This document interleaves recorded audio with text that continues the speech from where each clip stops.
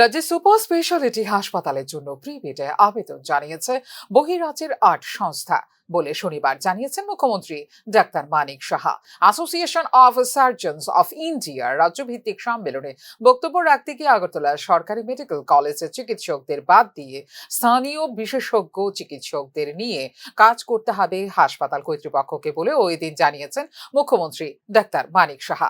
রাজ্যে একটি স্থায়ী সরকার এবং সুষ্ঠু আইন শৃঙ্খলা থাকার কারণেই বহিরাজ্যের প্রতিষ্ঠানগুলো আজ ত্রিপুরায় আসছে বলে এদিনের অনুষ্ঠানে জানিয়েছেন মুখ্যমন্ত্রী ডাক্তার মানিক সাহা।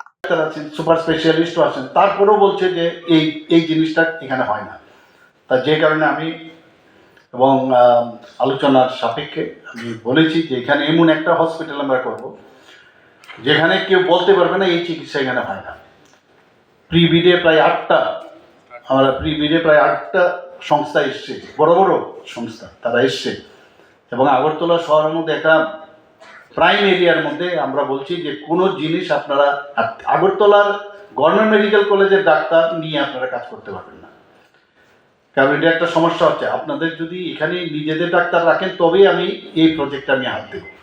8 জন যখন এসছে তো বুঝতেই পারছেন যে মানুষ বাইরের থেকে আসতে চেষ্টা করছে। তার মেইন কারণ যে ত্রিপুরায় মানে মানুষ বুঝতে পারছে এটা একটা স্টেবল গভর্নমেন্ট এখানে আছে, এখানে ল অ্যান্ড অর্ডার প্রপার আছে, এর জন্য মানুষ আসছে।